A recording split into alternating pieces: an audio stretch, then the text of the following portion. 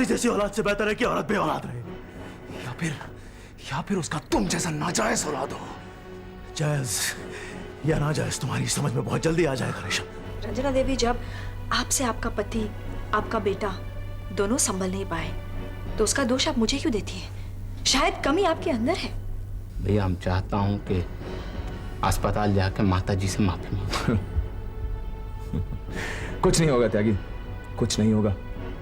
तेरा माफी मांगने के लिए वहां जाना बेकार है, क्योंकि करण रंजना देवी को तुझे माफ करने की इजाजत कभी नहीं देगा। कुछ नहीं हुआ तुम्हें। मैं देखता हूँ कौन तुम्हें आके परेशान करता है। आज जब मैं हॉस्पिटल से लौट रही थी ना, तब मैं करण और ऋषभ दोनों के बारे में सोच रही थी। यानी तूने किसी एक पर डिसाइड कर ली है? हाँ, किस पर? करण। अगर मैं चेयरपर्सन बना तो बहुत सारे लोग हमारे खिलाफ हो जाएंगे, खास करके ऋषभ।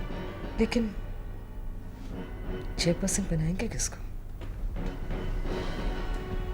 श्वेतलाना, ये जो हम केशव ग्रुप ऑफ इंडस्ट्री शुरू करेंगे वो दरअसल तुम्हारे जरिए रंजना देवी और करण के खिलाफ केशव मल्होत्रा दोबारा शुरू करेगा, समझी तुम? हाँ, समझे।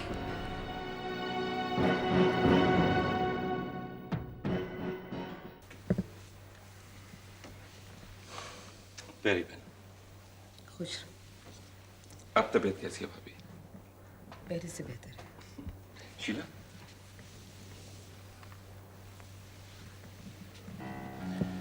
आशीर्वाद नहीं देंगी मैम? इससे आशीर्वाद देना मतलब निशी को श्राप देना होगा। भाभी, मैंने और शीला ने शादी कर ली है। तो इसका मतलब है कि निशी और तुम्हारा तलाक जरूर हुआ होगा। तलाक देने की खबर तो देने नहीं आई, शादी की खबर देने आ गया। कब हुई तुम्हारी शादी?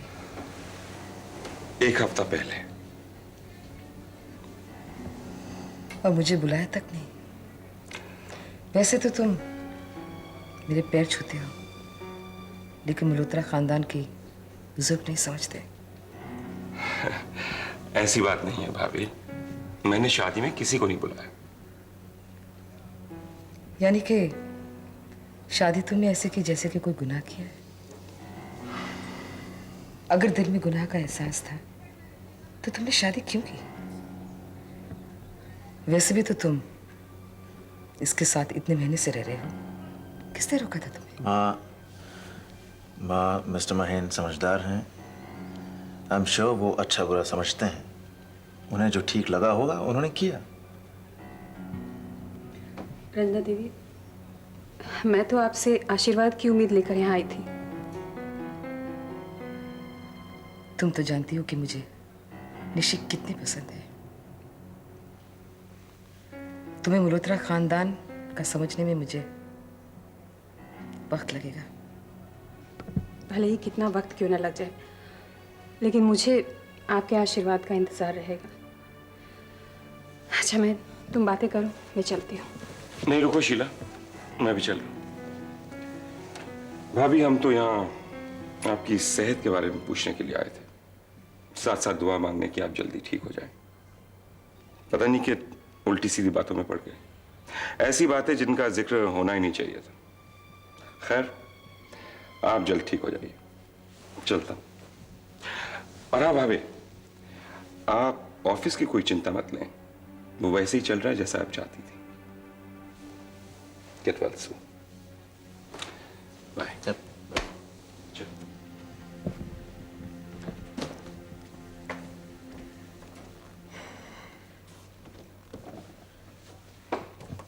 माँ,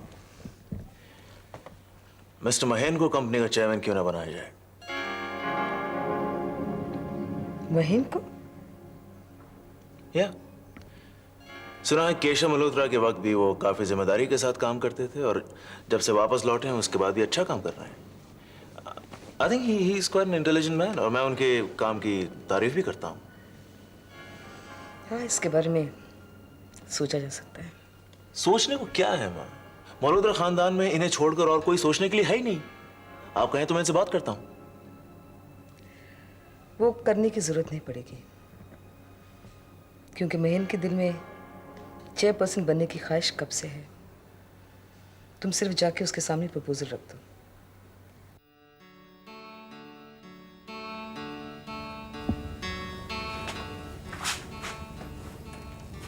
नहीं बेटा, ऐसे मत देख अपने पापा को। अब तो तस्वीरों में भी तेरी आंखें बदलने लग पड़ी हैं। लगता है तू मुझे घूर रहा है। तेरा बाप बहुत कमजोर आदमी है बेटा, बहुत आम सा आदमी। कोई आता है, उसके सीने में उंगलियां डाल के उसका कलेजा निकालता है और उसे लेकर जाकर पंचकनी फेंक देता है। तेरा बाप कुछ नहीं कर पाता। और बहुत साल पहले भी वो कुछ नहीं कर पाया था। एक दौलतमंद आया, इसी चार दीवारी में, इस मकान से मेरा घर छीन के ले गया बेटा। मैं हाथ पे हाथ धरकर उसे देखता रहा। मैं तब भी कुछ नहीं कर पाया। मैं क्या करूं बेटा, मैं क्या करूं? चुल्लू भर पानी में डूब मर। लेकर आऊं? उस बात की नौबत नहीं आई है अभी तक। जब आएगी तो मैं खुद ही इंतजाम कर लूंगा, आपकी जरूरत नहीं पड़ेगी। मैं लोगों से जीने का सहारा मांगता हूं, मरने की मदद नहीं चाहिए होगी मुझे। तू जैसे जी रहा है ना रोनी, एक बात बोलूं, तो कम से कम सोनू के लिए मर जा। निकल जा बाहर उसकी दुनिया से, या कहीं दूर पहाड़ों पे जाकर ना ये आंसू बहा। तिवारी,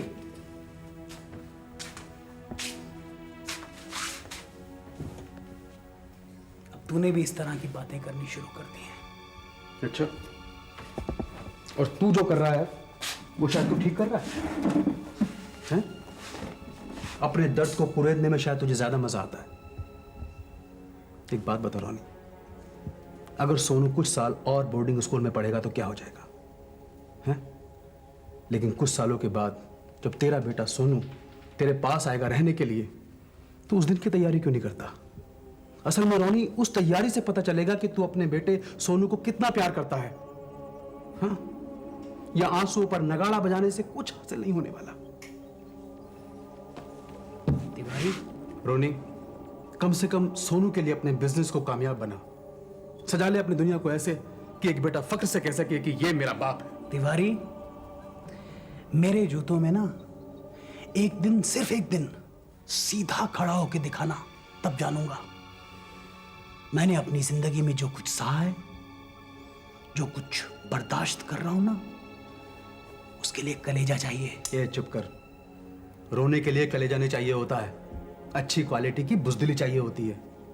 मुझे अच्छी तरह मालूम है मेरी बातों का तुझ पर कोई असर नहीं होने वाला, मैं जानता हूँ।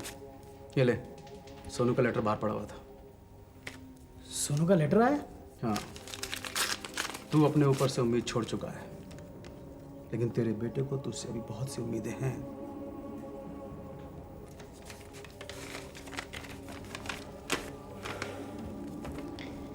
Dear Papa, I am writing this letter from my boarding school.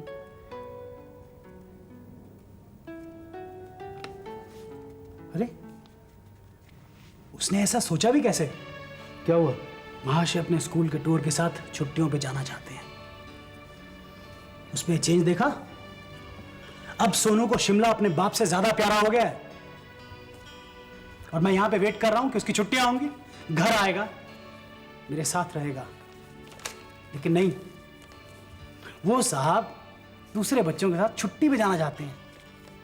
रोनी, ऐसे टूर बच्चों के लिए बहुत फायदेमंद होते हैं।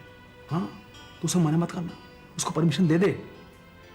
ए, बस कर, बहुत होगी तेरी फिलॉसफी, बहुत फलसफा सुन लिया मैंने तेरा।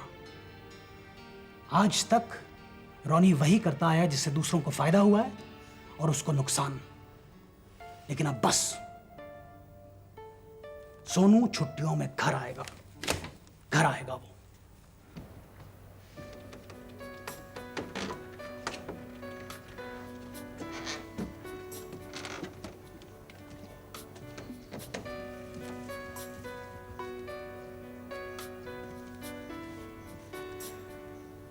एक ना एक दिन तो ये होना ही था। दिल के अरमानों की उम्र ज्यों ज्यों बढ़ती जाएगी, सीने को चीरते हुए यहां कांधे तलक आएगी और यूं तन्हाई के आलम में दिल को सहलाया करेगी। ये आपके दिल का अरमान है हुजूर। दिल तक पहुंचिए तो मोहतरमा, उसके बाद दावा कीजिए कि दिल में क्या क्या है। ये आपके अंदाज का हुनर है यहाँ पर शराब का कमाल। हम नाचीज हैं और ये शराब बेअसर। ये आपकी जादूगरी है साहब, और सही शख्स पर सही इल्जाम लगाना हमारी फितरत में है। यहां सामने आके बैठो। मैं तो आपको सरप्राइज देना चाहती थी। तुम्हारे सरप्राइज ने मुझे सरप्राइज इसीलिए नहीं किया रक्षंदा, क्योंकि तुम्हें लेकर मेरे ख्वाब बहुत आगे निकल चुके हैं, लेकिन तुम शायद वहां तक पहुंच नहीं पाई। करण, रंजना देवी की तबीयत कैसी है? वाह क्या बात को बदला साहब आपने, रोमांस से लेके सीधे अस्पताल पर। करण, जिस रफ्तार से तुम आज मुझ पे इल्जाम लगा रहे हो, लगता है उसी रफ्तार से तुम मुझे सजा भी दोगे। जुल्म तो तुमने किए हैं रक्षंदा, लेकिन ऐसे कि उनकी सजा नहीं दी जाती, उनके इनाम दिए जाते हैं। ठीक है, रंजना देवी की तबीयत ठीक है, लेकिन कभी भी तबीयत फिर से बिगड़ जाने के चांसेस हैं। कुछ लोग मां से मिलने आते हैं, लेकिन जुबान पे दुआएं होती हैं, दिल में बद्दुआ होती है। यही खौफ लगा रहता है रात दिन। करण, रंजना देवी बिल्कुल ठीक हो जाएगी। रंजना देवी, रंजना देवी जिनकी वजह से मैंने 20 साल लंबा वनवास काटा होगा रक्षंदा, लेकिन लौटा तब मालूम हुआ कि रंजना देवी ने भी 20 साल लंबा वनवास काटा। जब आप अकेले होते हैं या ऐसी भीड़ में होते हैं जहां पे हर चेहरा अजनबी होता है रक्षंदा, तब दर्द का रंग एक रंग हो जाता है। करण, प्लीज बीती हुई बातों को भूल जाओ। आने वाले कल से बेताल्लुक हो सकता हूं रक्षंदा, लेकिन बीते हुए 20 सालों के एक एक दिन को मुझे दोबारा जीना होगा। हर एक दिन को मुझे दोबारा जीना होगा। जब कर्ज बहुत ज्यादा चढ़ जाता है सर पे रक्षंदा, तब आने वाली कमाई में कोई दिलचस्पी नहीं रह जाती है। मैं तो अकेला रहा, मैं रहा अकेला, लेकिन मैं सिर्फ अपने आप को बर्दाश्त करता रहा। लेकिन रंजना देवी की तन्हाई से 20 साल तक खून टपकता रहा। केशव मल्होत्रा ने रिश्ते पे थूक के कभी उसे अपनी बीवी नहीं माना, और ऋषभ मल्होत्रा ने आज तक उसे दिल से अपनी मां नहीं बोला। अगर मैं ये 20 साल अपनी मां के साथ होता रक्षंदा, तो एक एक दिन में उन्हें थोड़ा थोड़ा प्यार दे सकता था, थोड़ा थोड़ा प्यार मैं उन्हें दे सकता था रक्षंदा। लेकिन अब उन 7,300 दिनों का कर्ज मेरे ऊपर चढ़ा हुआ है। करण, प्लीज इतने जज्बाती और कमजोर मत बनो। सिर्फ तुमसे मैं ये कबूल कर सकता हूं रक्षंदा कि मैं कमजोर पड़ गया हूं। जब से मां अस्पताल गई है, मेरी जिंदगी में कोई मकसद नहीं है सिवाय मेरी मां के। अगर मां को कुछ हो जाता तो 20 साल तक मैं अनाथ था, कुछ ही महीनों में लावारिस हो जाता रक्षंदा। मैं करण, दुनिया की आबादी की गिनती में सिर्फ एक आदमी है, रंजना देवी। करण, तुम्हारी जिंदगी को आबाद करने के लिए जो कुछ करना होगा मैं करूंगी करण। प्रॉमिस? राइट। तो एक काम मेरे लिए करो, हाँ? रोज यूं मुझसे मिलने आ जाया करो प्लीज।